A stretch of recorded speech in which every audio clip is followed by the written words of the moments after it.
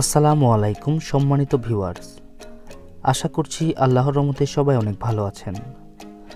দেশ ও দেশের বাইরে থেকে যারা নিয়মিত আমাদের ভিডিওগুলো দেখেন তাদেরকে ইজি কনস্ট্রাকশন ইউটিউব চ্যানেলের পক্ষ থেকে জানাচ্ছি আন্তরিক শুভেচ্ছা ও অভিনন্দন। তো বন্ধুরা, বরাবরের মতো আজকেও আমি আপনাদের মাঝে খুবই চমৎকার একটি দোতলা ফাউন্ডেশন একতলা কমপ্লিট বাড়ির ড্রয়িং ডিজাইন নিয়ে হাজির হয়ে গেছি। তো আজকের ভিডিওটি আপনারা যারা দোতলা ফাউন্ডেশন দিয়ে একতলা কমপ্লিট করবেন এবং 5টি বেডরুম, 3টি টয়লেট, 2টি বারান্দা, একটি কিচেন দিয়ে বাড়ি নির্মাণ করবেন, আজকের ভিডিওটি তাদের জন্য। তো যারা কিনা মাটি ফেলানোর 5-6 বছর পরেই বাড়ির কাজ ধরতে চান বা করতে চান, তো আজকের ভিডিওটি তাদের জন্য। কেননা এই জায়গাটার মাটিটা 5 বছর আগে ফেলানো হয়েছিল, তো 5 বছর পরেই কিন্তু আমরা বাড়ির কাজটি ফাউন্ডেশন দিয়ে করছি। তো আমরা এই বাড়িটিতে এখন পর্যন্ত কত টাকা খরচ হয়েছে এবং এই বাড়িটি পুরোপুরি সম্পূর্ণ কমপ্লিট করতে কত টাকা খরচ হবে, এই বাড়িটির ভিতরে বাইরে কিভাবে কি রাখা হয়েছে, কোনটা সাইজ কত রাখা হয়েছে এবং এই বাড়িটির মূলত ড্রয়িংটি কিভাবে করা হয়েছে, সব কিছুই আজকে আমরা এই ভিডিওর মধ্য দিয়ে আপনাদেরকে দেখানোর চেষ্টা করব। তো আশা করছি আপনারা ধৈর্য সহকারে আজকের ভিডিওটি সম্পূর্ণ দেখবেন, কেননা আজকের ভিডিওতে আমি আপনাদেরকে পুরো বাড়ির খরচ সহ একটা আইডিয়া বা ধারণা দিব। তো চলুন প্রথমে আমরা ড্রয়িংটি দেখে আসি, তারপর আমরা বিস্তারিতভাবে আলোচনা করব। তো বন্ধুরা, দেখতে পাচ্ছেন এটি হচ্ছে মূলত আমাদের এই বাড়িটির ড্রয়িং। আপনারা ড্রয়িং প্ল্যানটি সুন্দরভাবে মনোযোগ সহকারে বুঝে নেবেন।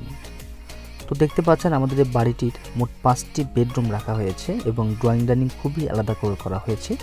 তো ইনশাল্লাহ আপনারা একটু লক্ষ্য করলেই দেখবেন আমাদের ড্রয়িংয়ের সাথে বাড়ির মিল আছে কিনা, সেটা আপনারা ইনশাল্লাহ আমাদের ড্রয়িং দেখে এবং বাড়ি দেখে বুঝতে পারবেন।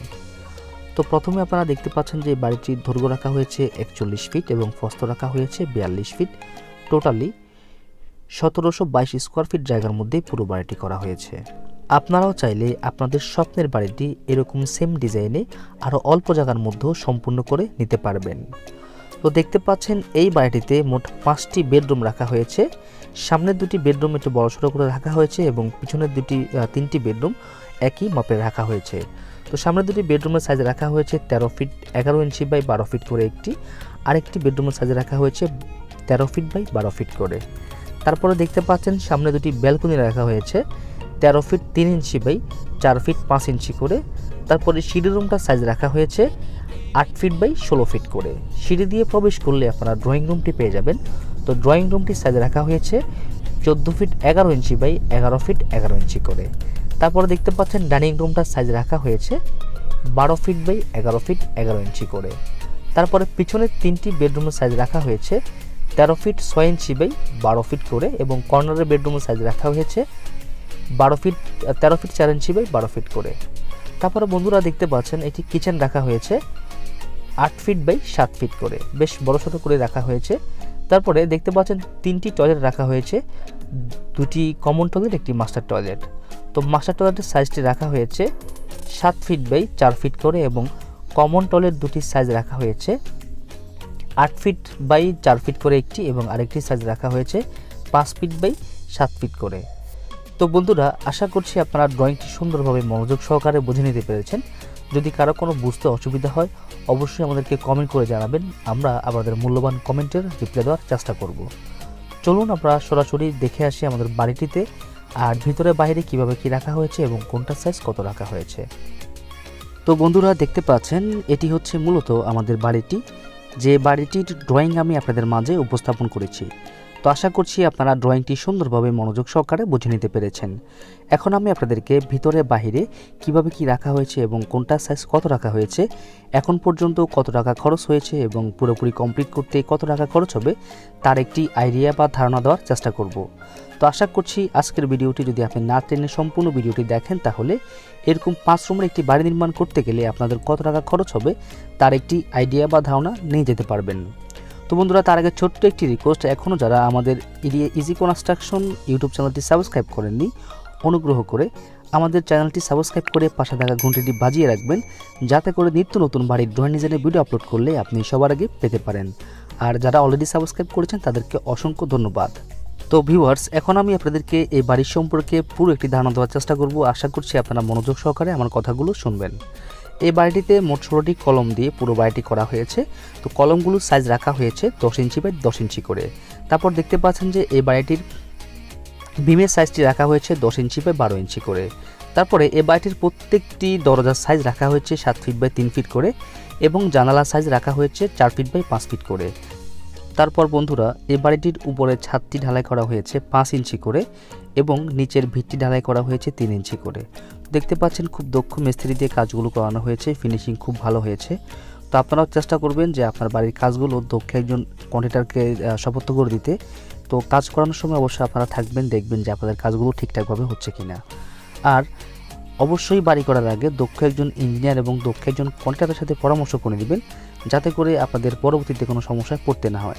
তো দেখতে পাচ্ছেন এটা হচ্ছে আমাদের কিচেন রুম। কিচেন রুমের মধ্যে কিছুদিন আগে আমাদের এই রুমটা ফ্লোর ঢালাই করা হয়েছে। তো আমাদের বাড়িটির কাজ এখনও চলমান অবস্থায় আছে। ইনশাল্লাহ যদি পুরো বাড়িটি কমপ্লিট হয়ে যায় আমি আপনাদের মাঝে আরও একটি ভিডিও নিয়ে আসবো, যাতে করে আপনাদের বুঝতে সুবিধা হয় আমাদের বাড়িগুলো কমপ্লিট হওয়ার পরে দেখতে কীরকম হয়। আর যদি বন্ধুরা আপনারা বড় ধরনের কোনো বাড়ির কাজ করেন, অর্থাৎ আপনাদের যদি দোতলা তিনতলা ফাউন্ডেশন দিয়ে থাকেন, তাহলে অবশ্যই আমি সাজেস্ট করব আপনারা চেষ্টা করবেন দক্ষ একজন ইঞ্জিনিয়ার দিয়ে আপনাদের বাড়ির ড্রয়িং ডিজাইনটি করিয়ে নিতে। তো বাড়ির ড্রয়িং ডিজাইনটি করিয়ে নিলে আপনাদের দুটি উপকার হবে। একটি হচ্ছে যে আপনাদের বাড়ির খরচের হিসাব 19-20 হলেও একটা অ্যাকোরেট খরচের হিসাব পেয়ে যাবেন। আরেকটি হচ্ছে যে যদি ড্রয়িং অনুযায়ী কাজ করা হয় তাহলে আপনার বাড়ির সৌন্দর্যটাও নষ্ট হবে না।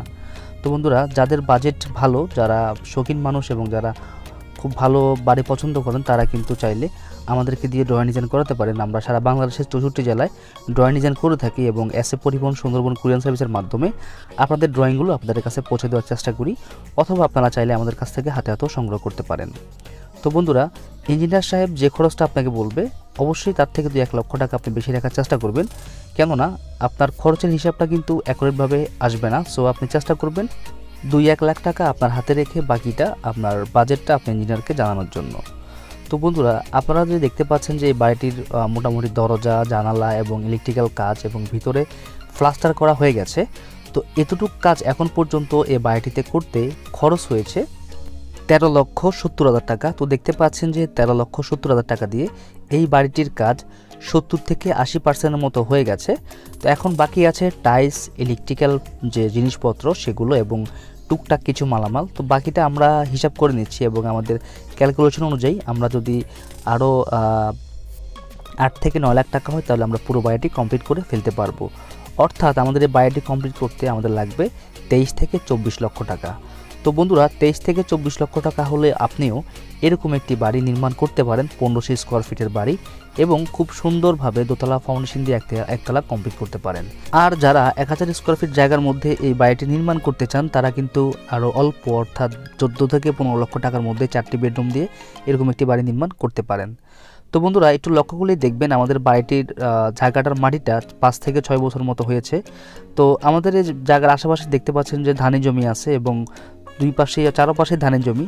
তো এরকম নরম মাটির মধ্যে আপনারা কিভাবে করবেন এবং কিভাবে করলে কি আপনাদের সুবিধা হবে কি অসুবিধা হবে সেই বিষয়গুলো কিন্তু আমরা ড্রয়িং ডিজাইন করানোর সময় ক্যালকুলেশন করে ফিউচারের কথা চিন্তা করে কিন্তু আপনার ড্রয়িং ডিজাইনটি করানো হয়। তো বন্ধুরা সবাই ভালো থাকবেন, সুস্থ থাকবেন। আজকের ভিডিওটি এ পর্যন্ত। ভিডিওটি কেমন হলো অবশ্যই আমাদেরকে জানাবেন, আর ভিডিওটি ভালো লাগলে আমাদের চ্যানেলটি সাবস্ক্রাইব করবেন। সবাই ভালো থাকবেন। আসসালামু আলাইকুম।